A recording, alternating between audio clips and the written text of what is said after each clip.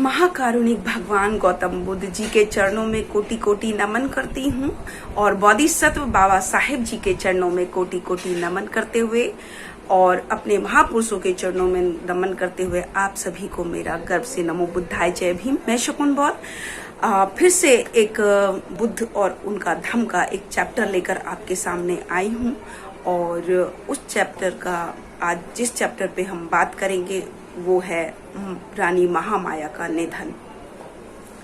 तो आज मैं उसके बारे में आपको बताऊंगी क्योंकि ये बात उस समय की है जब बालक का नामकरण का संस्कार का एक उत्सव मनाया जा रहा था, जिसमें राजा शुद्धोधन की दोनों पत्नियां रानी महामाया, रानी प्रजापति और उनके चारों भाई धोतोदन, अमितोदन और सुक्कोदन, सक्कोदन और उनकी बहन पमीता और उनकी बहन एक और थी अमिता, वो सब उसमें शामिल हुए और बहुत दूर दूर के राज्यों के राजाएं आए और सारे राजाओं ने राजा को बधाई दी और बड़े ही धूमधाम से पूरे शहर को जैसे लाइटों से सजा दिया गया हो, एक महोत्सव के रूप में उनका ये नामकरण संस्कार चल रहा था। बड़े हर्ष उल्लास के साथ इस दिन को मना रहे थे क्योंकि बहुत दिन के बाद महामाया को ये पुत्र पैदा हुआ। ये सभी लोग उनको देखने आए और सभी लोगों के मन में उनको देखने की इच्छा थी। जो बालक जो थे वो बड़े सुंदर थे, जो सिद्धार्थ गौतम थे और उनका नाम सिद्धार्थ गौतम रखा गया और वो इसी नाम से फेमस हुए, प्रचलित हुए। तो जितने भी राजा आ रहे थे, सारे राजा आ रहे थे राज्यों के, तो वो सभी को बालक सिद्धार्थ को देखने की बड़ी इच्छा थी। बड़ी उत्सुकता से वो राजा के पुत्र सिद्धार्थ को देखने चले आए और वहां पर लाखों लाखों लोग इकट्ठे हुए। तो ऐसे ही ये बड़े धूमधाम से ये उत्सव मनाया जा रहा था, लेकिन उसी हर्ष उल्लास में जो नामकरण का जो संस्कार चल रहा था, बड़े हर्ष उल्लास में चल रहा था, लेकिन उसी टाइम पे रानी महामाया बीमार पड़ गई। सब लोगों के वैद्यों को बुलाया गया, सबने उनको देखा, लेकिन कोई भी उनकी बीमारी को पकड़ नहीं पाया और उनकी बीमारी ने गंभीर रूप धारण कर लिया।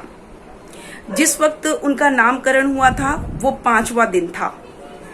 सिद्धार्थ गौतम का नामकरण 5वें दिन हुआ था।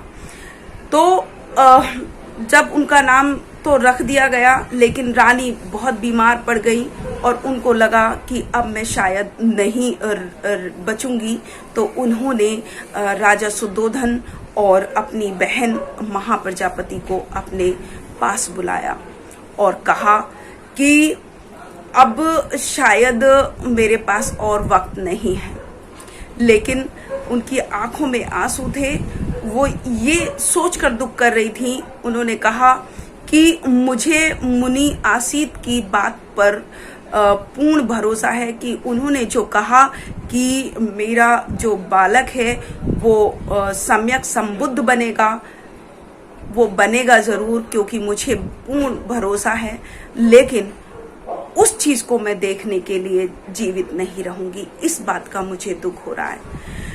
ये मेरा बालक मातृहीन हो जाएगा, उसकी माँ का साया छिन जाएगा, इस बात का मुझे तनिक भी दुख नहीं हो रहा, क्योंकि मैं जानती हूँ कि महाप्रजापति जो है वो मेरे बच्चे का लालन पालन बहुत ही अच्छे से करेंगी और वो एक बहुत अच्छी माँ साबित होंगी।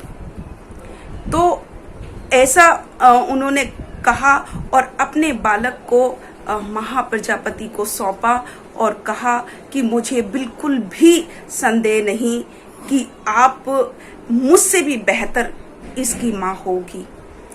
तो ये कहकर माता महामाया ने उनसे कहा कि अब मुझे जाने की इजाजत दो और अब आप बिल्कुल भी रोगे नहीं।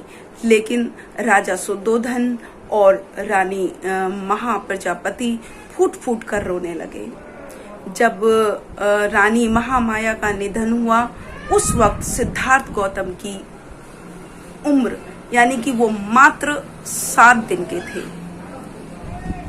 वो माता चली गई, लेकिन उन महाप्रजापति माँ ने उनको बहुत लाड़ प्यार से, बहुत प्यार से उनको पाला और वो हमेशा उनको गाइड करती रहीं, उनके कर्तव्यों को याद दिलाती रहीं और आगे बढ़ाया।